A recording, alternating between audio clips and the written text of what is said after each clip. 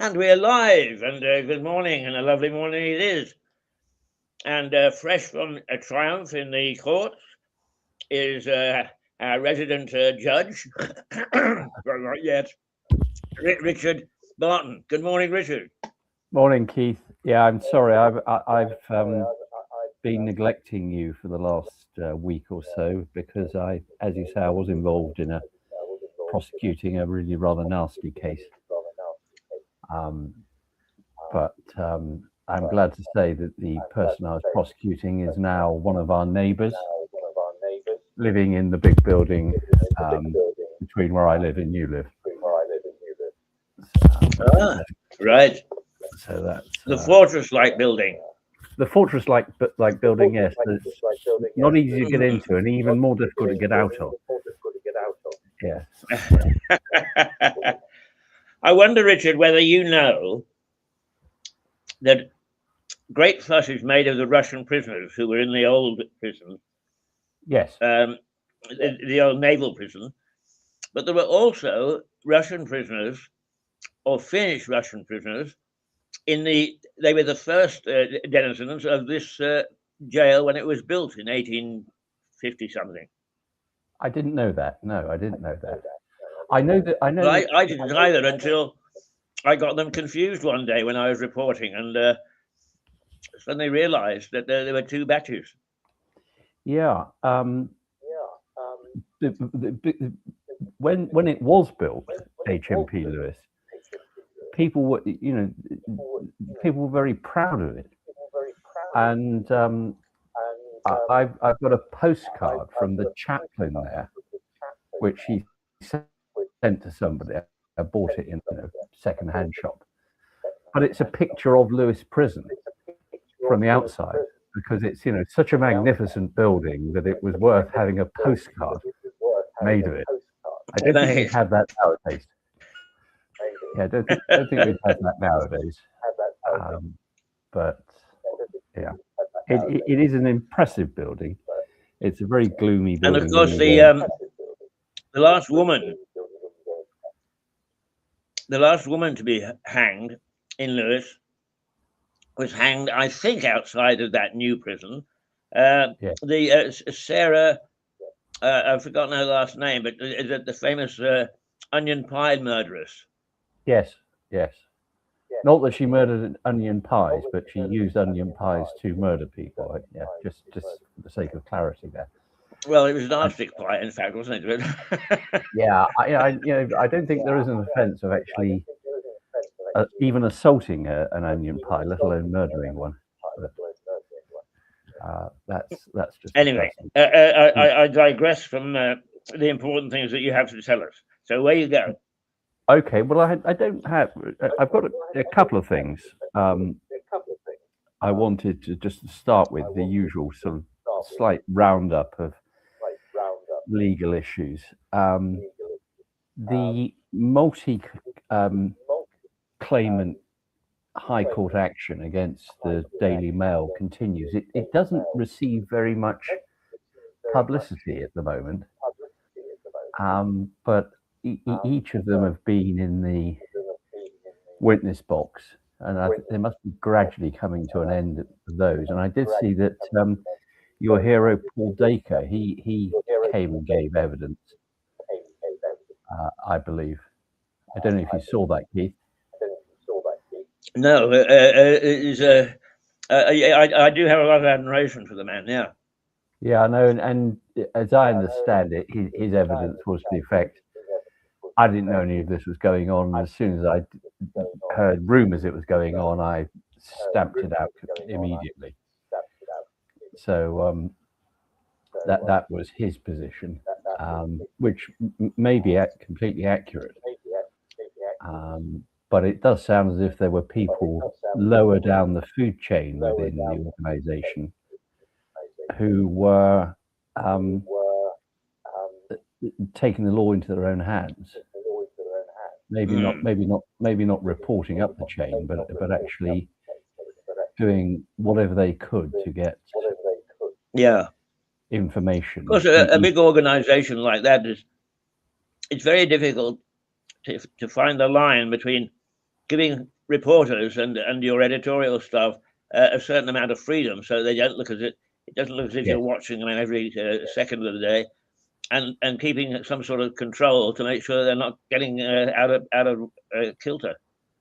Yes, there must, I'm sure, have to be a level of trust there, because a reporter seeking to investigate might not even want to share with colleagues exactly what information they've got, because it's their story. I don't know if that's the case, but as an outsider, I can imagine that must be the case from time to time. Harold Evans was the master of it, of course. Is in the old Sunday Times before Rupert ousted him. Yeah. He had a great team of investigative reporters. Yeah. And I got to know a couple of them, and they would disappear for months on end. Yes. And nobody knew what the hell they were doing until they came out with a story. Yeah. Yes, I remember there occasionally very explosive exposés of things, and they were clearly very well researched. But I think you may have said this before, probably in journalism nowadays, there's such a need to have a quick turnaround. You've got to justify, what have you done this week type thing. That slow burn, which goes with those sorts of investigations, is much more difficult to achieve, I would have thought. Well, there's also the question of we have a generation of journalists, and I know this because a recently retired senior editor who is related to a friend of mine told us that he didn't know how to stop the younger generation coming in and being used to almost ripping and reading from the internet without checking, which is very dangerous, of course. Oh, that's enormously dangerous. Yes. I find the same thing. For example, sometimes I'll have reporters who will say, "Oh, can I have a copy of your opening note in a case? So what I've said about a case." Now, journalists of a certain age know how to approach that, because it's not what I necessarily have said in court. And also sometimes it, for example, contains names that should not be in the public domain. There are some people who have a right to anonymity. But when it's a younger journalist, I do find myself having to remind them of these rules, because they just seem to think, no, that's it. I've got it now. I can go away and type this up, effectively cut and paste what Mr. Barton's given me, and that will do. And it won't. Yeah. But, well, I had to deal with this in Kosovo. Yeah. When I went out there in 2000, 2001, 2002 to help get their news operations off the ground after the war. Yes. And their new editorial freedom, they thought, gave them the right to say anything without any checking and without any responsibility. Yes. So we actually had to sort of coin the phrase, a responsible journalism. Yes. No news without checking, sort of thing. Yes. Yes. Anyway, as I say, that multi-claimant case burbles on, and I would imagine within the next week or so there may be at least a conclusion of the evidence. Now, whether the judge is going to go straight to giving judgment, I tend to doubt, because you've got a number of people making claims, and each one of them making slightly diverse claims, and the judge would want to consider all that and get it right. It's not a case where a judge will give an extemporary judgment, might give an indication, but won't give a full judgment at that stage. So we'll have to wait even longer. Another thing I wanted to mention, Keith, is this, and you may have seen this, and it's not something that I have come across before legally. There's a trial going on in Winchester of a man who is charged with manslaughter of his wife. And it's said of him that he was behaving in a controlling and coercive manner. That's an offence in itself. It's a sort of global offence to cover somebody in a domestic situation who is controlling and or coercive. He's also charged with having raped her a couple of times. But she then went, and this is the odd bit. Keith, I'm getting feedback of my voice. I don't know if there's. No, I'm perfectly okay here. Okay, right. Are you getting a feedback? Yeah, so I can hear myself. With a sort of second delay. It's not coming out here. Okay, that's all right then.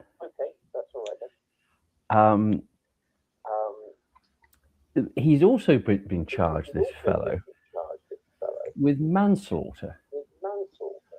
And the basis of the manslaughter charge is that she committed suicide.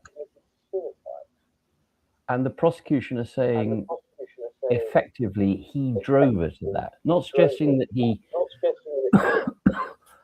actively encouraged her in any way. This isn't sort of assisting a suicide type thing. It's simply that by his controlling coercive behaviour, he drove to the point where she felt life wasn't worth living. She felt she couldn't leave him because she feared what he'd do to her and her family. And so she killed herself. Now, I have never heard of a case like that before. I may be wrong. There may be some examples of it. I haven't researched it, but it seems to me quite a bold leap. Yeah. Because if charged with controlling and coercive behaviour and rape, if he's found guilty of those, he'll go to prison for those. There's no question about that. And it would be an aggravating feature of the controlling and coercive behaviour that she felt driven to kill herself. But to actually describe that as manslaughter seems to me a significant leap in the terms of the law. So we'll have to wait and see what happens. Obviously, it's up to the jury. But it was a very bold decision, it seems to me, on the part of the Crown Prosecution Service to charge him in that way. Perhaps you could explain, Richard, the process of how the Crown Prosecution Service determines what charges will be brought. Well, they take a coin, they toss it in the... No. So what happens is that in any case of any size, very minor cases, police can make decisions about charging, so driving offences, speeding, that sort of thing. But any case of any size, the police have to put together a file of paperwork and what they've collated. And then they send that to the Crown Prosecution Service. And one of the delays, I regret to say, in the criminal justice system at the moment is that what are called the reviewing lawyers. So these aren't people who go into court. They simply spend their lives sitting, reading the files that have been submitted by the police. And then that person, the reviewing lawyer, decides on what the appropriate charges are. So it's not a police decision. It's if I get briefed in a case, so I'm up on my hind legs in court prosecuting it. It's not my decision either. It's a slightly old system because 35 odd years of doing the job, I sometimes find myself having to phone somebody who wasn't even born when I first started practicing. Who's the reviewing lawyer? And I need their approval for what I think ought to happen. You don't always get it. But those reviewing lawyers do work very hard.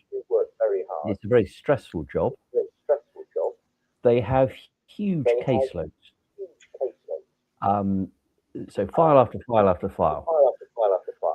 And as a result of that, some of the, dare I say it, the better people end up moving away from that role because it's just too stressful and having such a, and I can imagine if you've got a massive caseload, it's not the cases that you know about that you worry about. It's the others that you didn't think were a problem, but in fact do have some kind of time bomb ready to go off, and you the will be blamed for not doing this, that, and the other. So there are some very good, very excellent reviewing lawyers who work hard.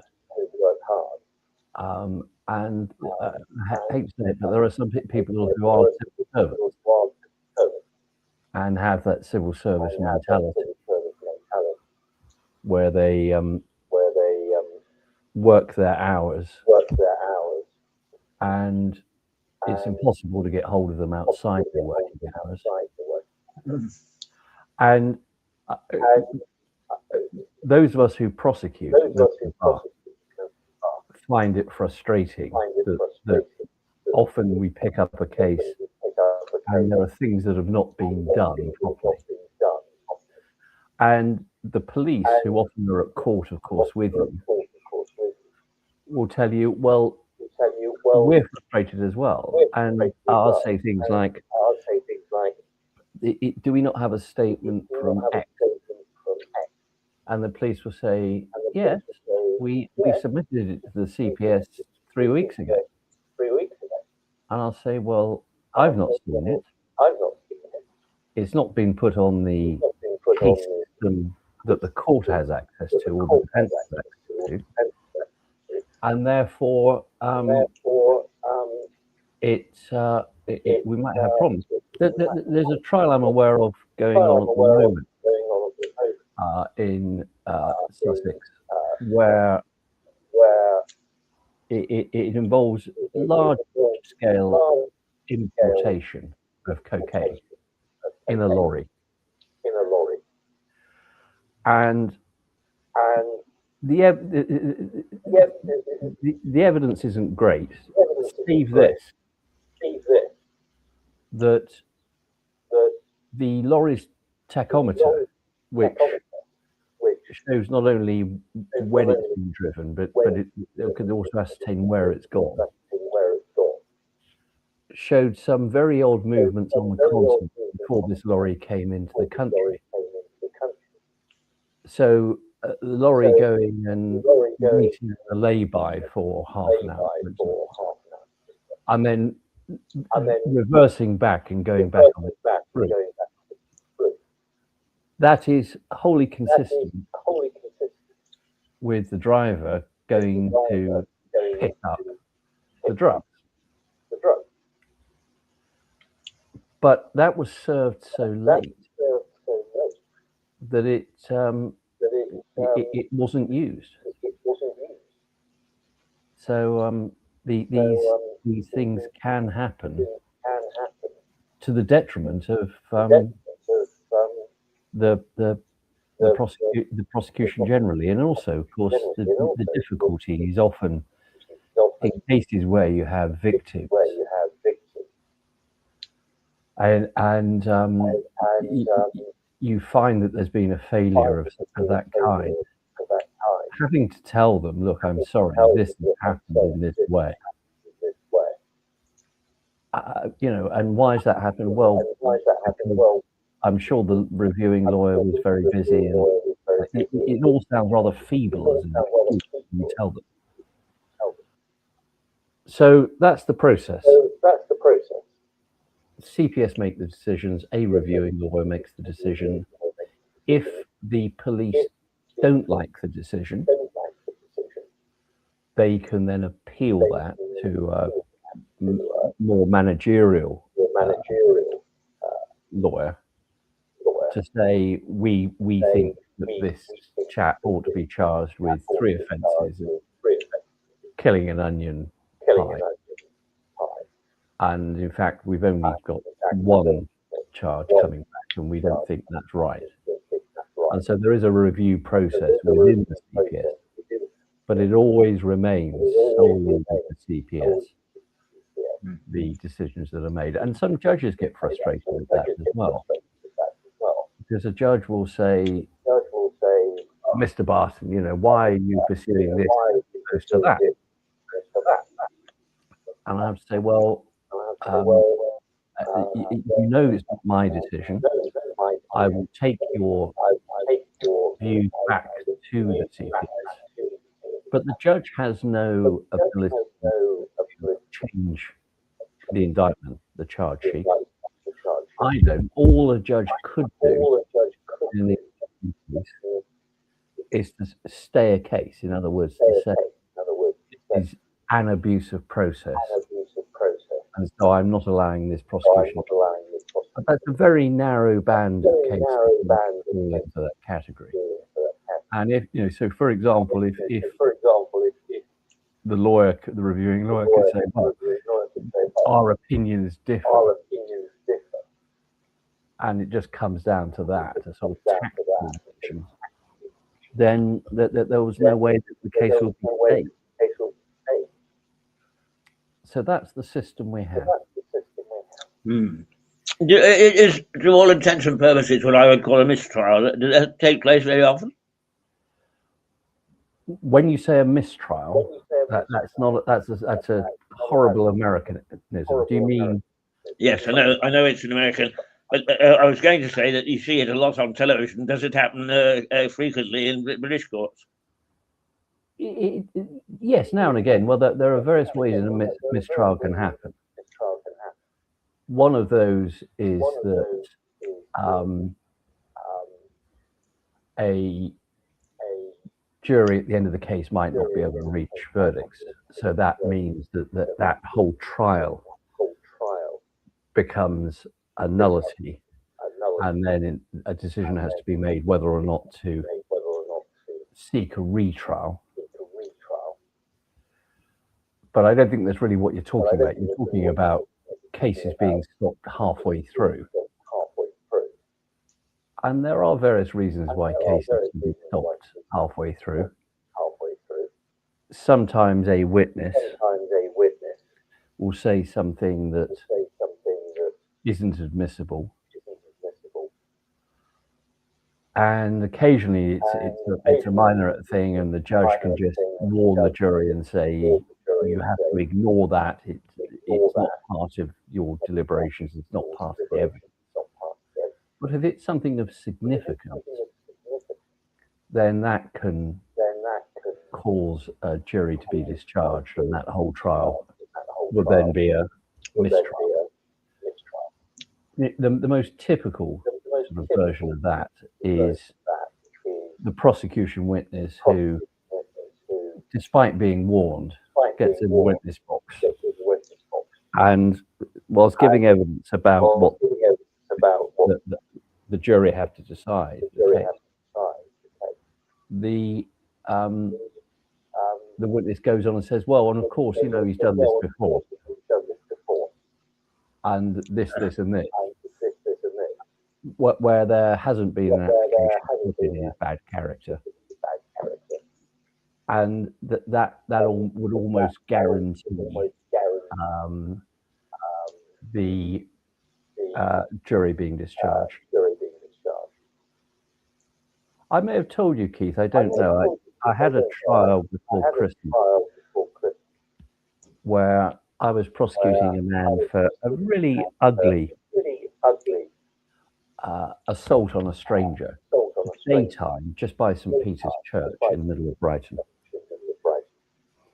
And the defendant said, well, you know, this chap, and he was an A-level student, the lad who was walking home. He said he gave me a funny look, and I thought he was going to hit me, so I hit him. And he really did. Give him major injuries. But on day 2 or 3 of the trial, we had a break. And the jury went outside to get a breath of fresh air. And there's a little old woman there who was going around saying, "Can I borrow a cigarette?" And one of the people she asked was a member of the jury. And the woman said, "No, sir, I don't have any cigarettes." And the old woman went round, and then she came back and said, "Are you sure you haven't got any cigarettes?" She said, "No." She said, "I'm just a bit worried," she said, "because my son's here on trial, you know, for up on assaulting somebody." And the thing is, he's done this loads of times before. And, you know, you don't look at him. If you look at him, he'll just punch your lights out.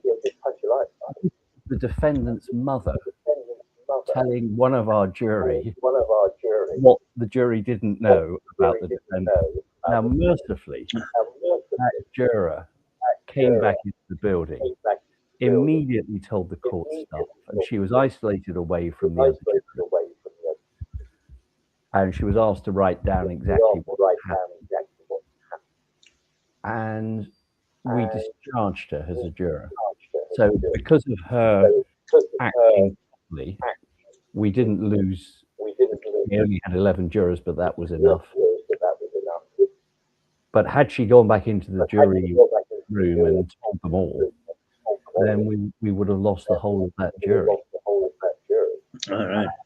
And so those things can, you know, and bless her, this is the defendant's mother giving him possibly the worst testimonial that you can imagine. So those sort of things happen. Sometimes people get ill, of course, and that can cause you know, that there was a very famous murder trial down in Wales, a notorious one, which went on for, I think, quite a few months, multiple defendants.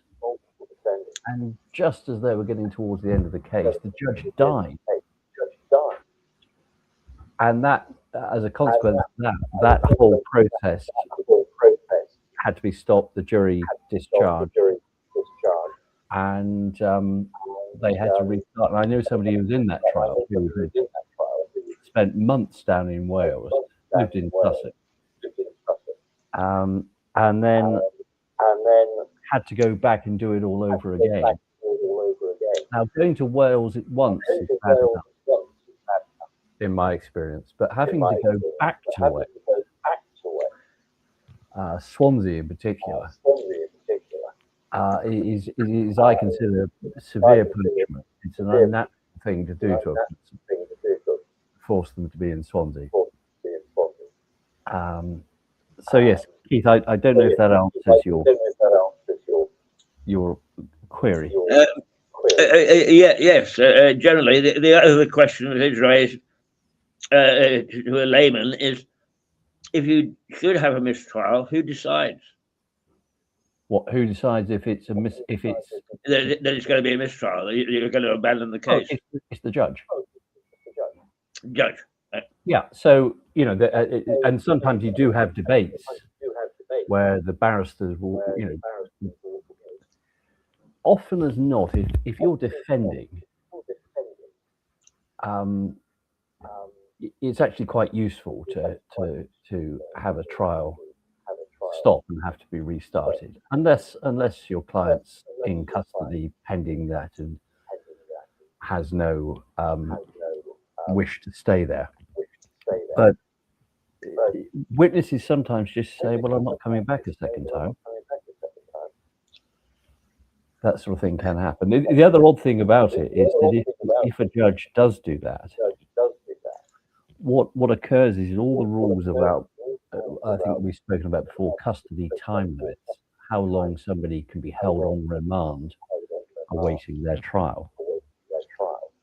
Once that first jury has been sworn, the custody time limit issue falls away. And there is no custody time limit that runs for the retrial. And so the person who is going to be retried, subject to applying for bail, has to stay where they are. This is this happened. I was part of the prosecution team for the murder of Jane Long, which is I think we may have spoken of before, notorious case where her best friend's boyfriend had an interest in necrophilia. Oh, yes. Lured around to his flat on the pretext of saying, "Oh yeah, your friend's not here, but come on round, have a cup of tea anyway." And then strangled her to death and kept her body for a while and that sort of thing. What happened with that one is that there was a decision made by the trial judge that it was either murder or nothing. Because, of course, the case that he was putting forward was that this is all part of sex play. That and it was an accident. Now, that had the potential to be manslaughter, the middle ground. Judge didn't leave it. He was convicted of murder. Court of Appeal said, yes, that's fine. What was then the House of Lords, now the Supreme Court, said no, and they changed the law and said if there is a middle ground, even if the parties don't want it, the judge has to leave it. But that meant we had to go and have a retrial.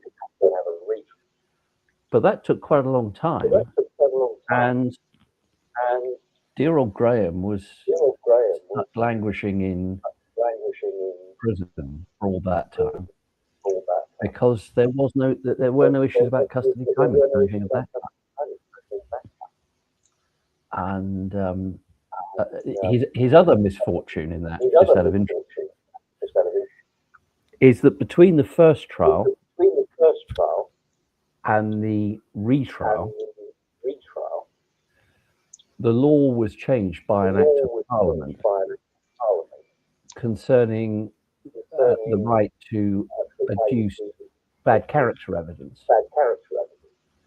The old law was that you could only put in something about a defendant if it was strikingly similar to the offence with which the jury are concerned. Much wider now.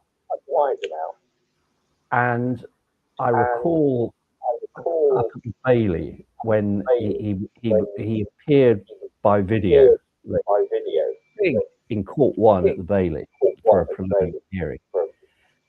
And nobody had told him this. And we were discussing it with the judge, well, he's not going anywhere because there's no custody time limit. And of course, we will now seek to adduce all his necrophiliac tendencies, buying access to websites that for men of that persuasion or interest. And it was very odd because normally you don't get to see the defendant behind you.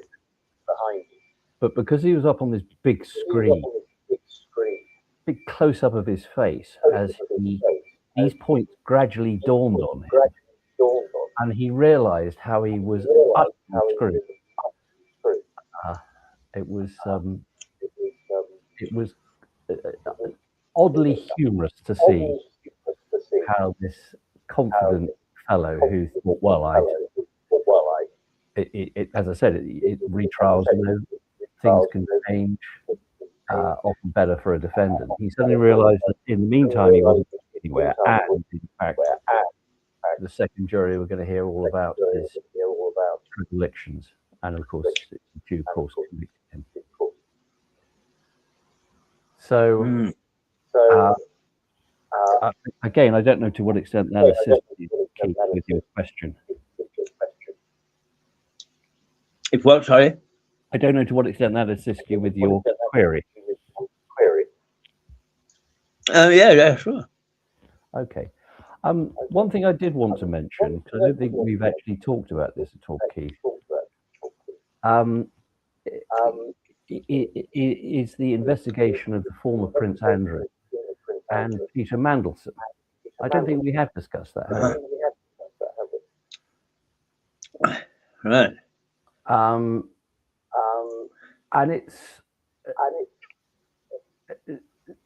had some misreporting, I have to say, where the allegation is misconduct in public office.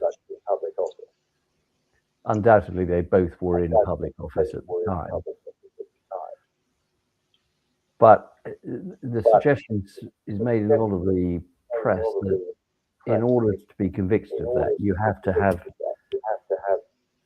a financial gain for yourself or for another person. That's not the law. Misconduct in a public office can simply be doing something that you shouldn't be doing, that is thereby damaging to the state. You don't have to be doing it for money. Might well be in this case that there was a financial incentive, I don't know. But it's not a necessary element. But the other interesting aspect of it is this, and we may have spoken about this more generally previously, is that in both of their cases, they were arrested without being given notice. Now, that's always a police decision if they're investigating. But normally in a case of that nature, which I suppose could be put into the general basket of white-collar crime, people with no previous convictions, the police would say to the person or their legal advisors, look, you come into the police station on X date in order to be interviewed. So an interview where they attend by invitation. That would be normal standard practice in this sort of case. But it quite clearly, well, first, obviously, Mandelson was a bit easier to understand because the Speaker of the House of Commons, now that he was going to jump the country, heard some news about him going abroad. And that would trigger an arrest. You don't want him, a person, fleeing the jurisdiction to somewhere where we have no extradition treaty, and so they evade justice completely. Mm-hmm. So I suppose that's sort of understandable. But the interesting one is Andrew. Because the only real reason that they arrested him, as opposed to by him inviting him in for a voluntary interview, is the police had a perception that there was a risk that evidence might be removed in some way. So I don't know upon what they based that, but I don't think the arrest was, we're fearful of him running away. I think it was more that if we put him on notice of this, somebody might well get rid of his electronic equipment that we want to look at, paperwork that we might want to look at, which might go to the issue of whether the police hear. It's there for that sort of thing to happen. It seems to me that there was something of a public issue with people being reported as saying, no, he wouldn't have run away, or yes, they were quite right to do that. Now, how much does that sort of public debate affect a decision by either the prosecutor or the police? It shouldn't at all. Yes, you know, there have been bad examples of the police courting publicity. For example, the awful way that they dealt with Cliff Richard and tipped off reporters what they were doing. So there was a BBC helicopter over his house when they went in to search it. And quite rightly, they got a severe telling off for doing that. Not the reporter's fault. Once they've got the information, they of course they'll use it. But I don't get the feeling that in this case, the Thames Valley Police arrested Andrew simply in order to court publicity for themselves. I think it was more, we want to secure material from both properties without the risk of that material being removed or disposed of in some way. And as we were saying, so what will happen? If I may say so, it is, you know, particularly say in the case of Andrew. Yeah. You've got people who are landed gentry, as it were, titled people expressing an opinion. It must be very, very difficult to come to your own conclusion. I mean, that sort of pressure must be enormous. I'm sure it is, but this, you know, this is definitely a case where any decision about charging, as we said earlier, police prepare the file, it goes to the Crown Prosecution Service. Any decision about charging is going to go straight to the top of the Crown Prosecution Service, oddly enough, to the Director of Public Prosecutions, a role formerly occupied by our Prime Minister, Keir Starmer. I can't imagine it's just going to be left to an ordinary common or garden reviewing lawyer, put it that way. And of course, an oddity of it is that if he is charged, Andrew, the indictment will effectively read your brother against you, Andrew, because all Crown Court cases, with one or two minor exceptions which involve private prosecution, are brought in the name of the King. So the heading on the indictment would be the King against Andrew Diddly Diddly Doodah, with his name there, which is an odd little feature.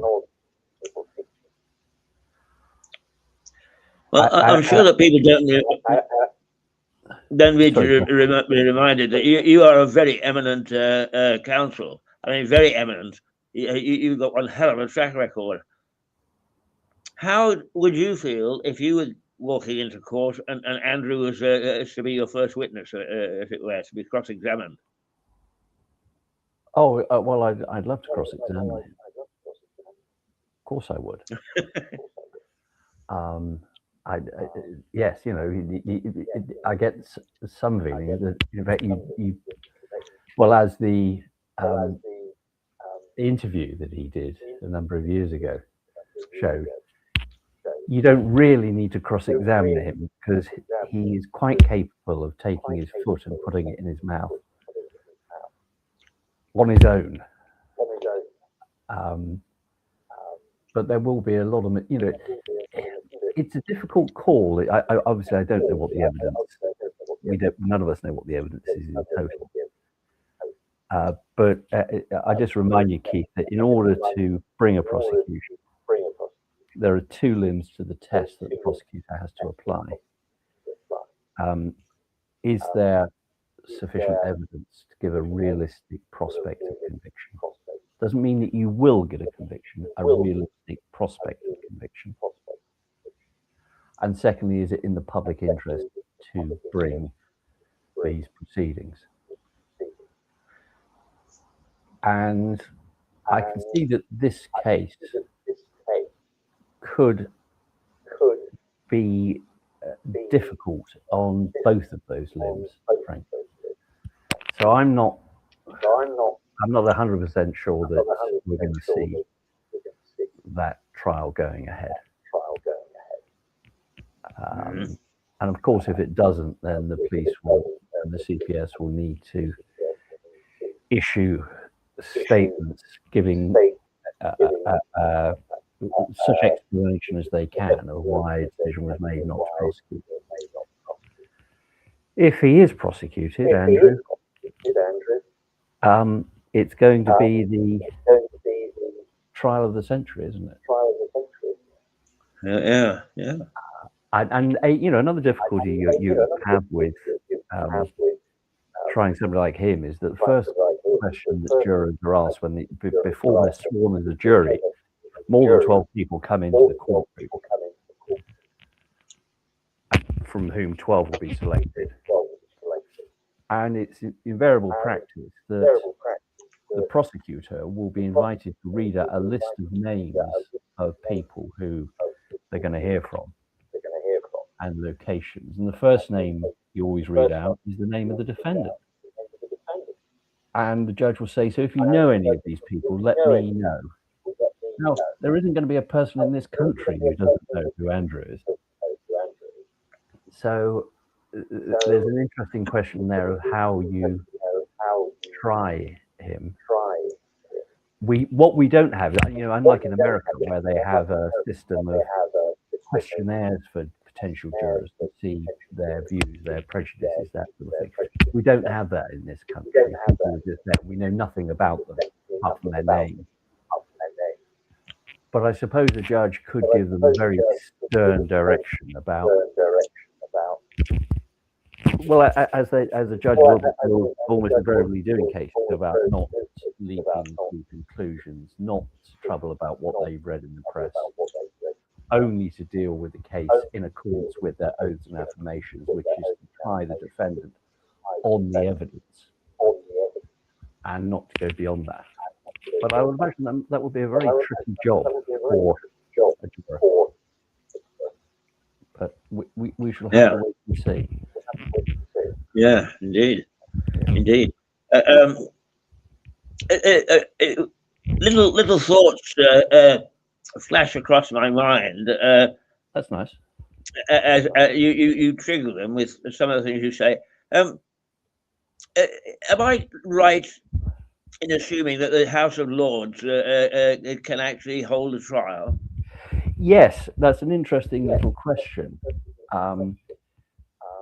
Theoretically, yes. And in the past they did, where you tried by your peers. In the case of a peer, would literally being tried by your peers. But it's not happened for 2 centuries probably, and it's not going to happen nowadays. Simply not going to happen. I don't think public opinion would particularly find that acceptable. So theoretically, yes, but in practice, no.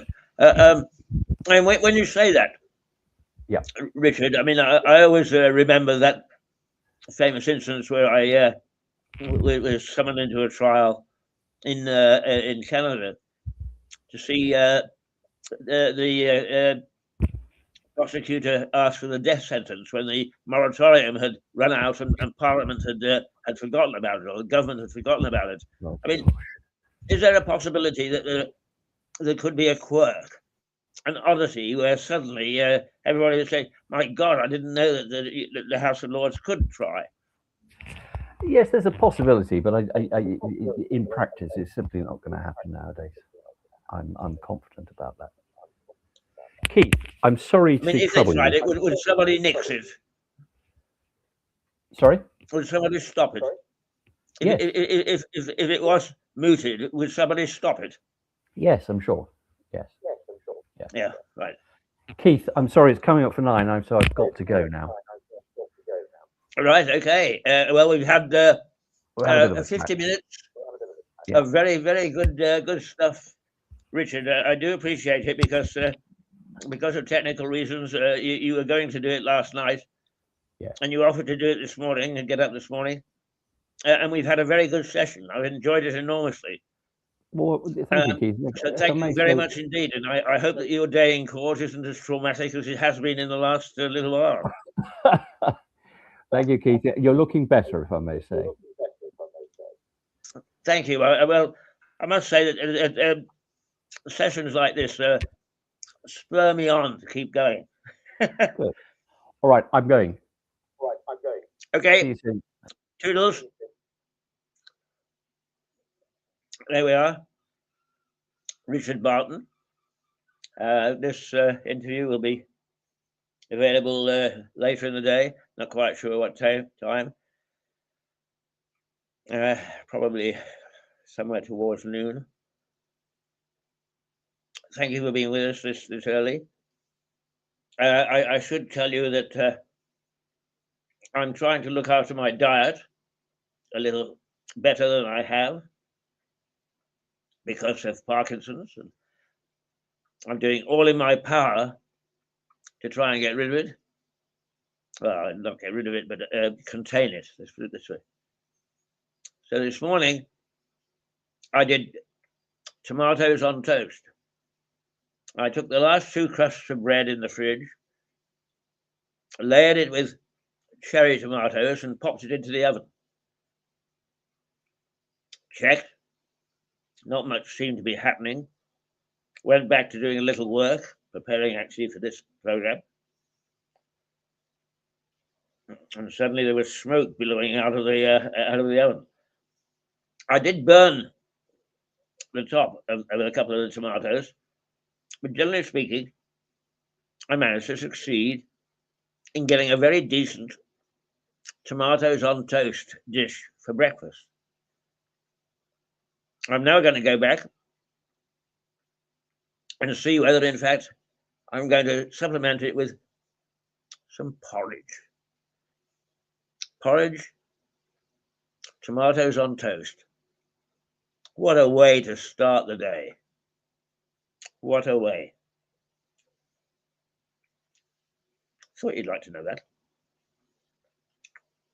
See you later in the day, perhaps. At the moment, Mirador is a bit sporadic on the air. Keep checking because you may see something that you like. But we were getting out of date. We're trying hard to being a good and responsible public company. When I say public company, we're not a public company, of course. But what I mean is serving the public and taking it seriously. We're always trying to stay on top of what we do. Make it pertinent, make it useful, and make it fit for purpose.